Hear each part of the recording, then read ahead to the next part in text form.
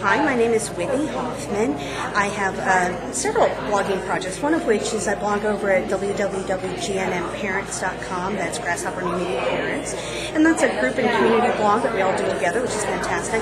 But I also have a podcast about learning and learning disabilities over at ldpodcast.com. Great. And do you have children?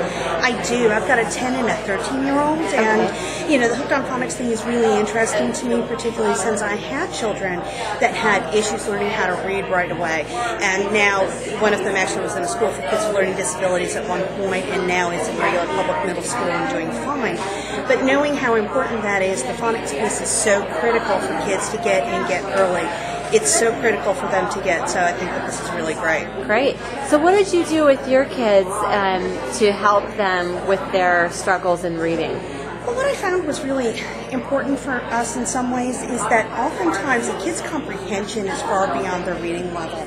So if you give them little things like, there's one group of books that's little sketch characters and very simple words, but it's not a very engaging medium. And there have been a bunch of different series of books which are phonics-based that beyond just Hooked on Phonics, there's some other ones out there too, but those were very helpful to go along with them and try and get them independent reading.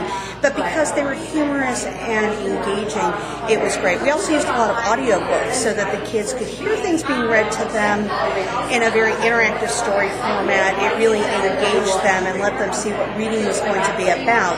Because when you're just reading The Cat Sat on the Mat, it's like, well, if that's all reading's about, really, who cares? This TV show, this video game, everything else is so much more attractive.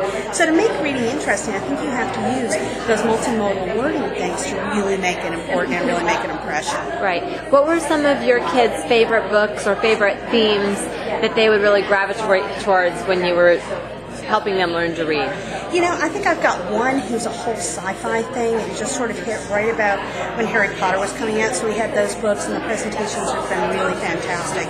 So anything that's got dragons or wizards or whatever, that's like his thing. The other one reads a wide variety of stuff. Junie B. Jones was really funny. I think you could just identify with the characters even though it was a little girl. There's another series called Clementine, which I love. And again, it's kids doing kind of crazy things, but for him, he identifies with that more. He loved the Jack Sparrow books, which was a whole series told from Jack Sparrow being a kid. So I think that adventure thing.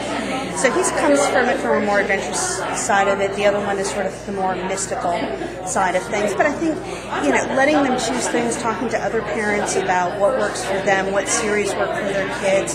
Sometimes the smaller bookstores actually have people that are more engaged and do the book ordering and have better ideas for series to investigate and whatever, and that really helps. And it brings the joy of reading around.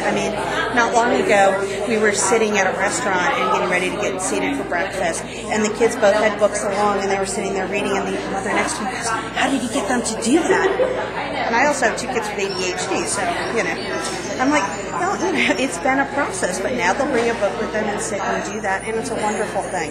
When, the very first time I ever saw my son reading alone, and this was when he was really struggling, he was reading Captain Underpants, wearing his underpants half naked in a laundry basket on the second floor of our house, and I just had my husband, we both started weeping, because, it was such a great thing to see him doing it for the first time, and reading for pleasure, and how important that was to him, and that was just so moving. So when that stuff happens, those are the parent little merit badges that you sit there and go, okay, this one's working finally. That's good. Oh, thank you. Is there anything else you'd like to recommend to parents who might have readers that are struggling from what you've learned on your own experience? I think, we can't really remember what it was like not to read is part of the thing. It's such a natural thing to us. I went to a seminar this summer, actually with Nancy Hennessy from the International Dyslexia Association, and she went through a whole exercise of what it was like to learn how to read using different characters. We're supposed to memorize this stuff and then move on to the next thing.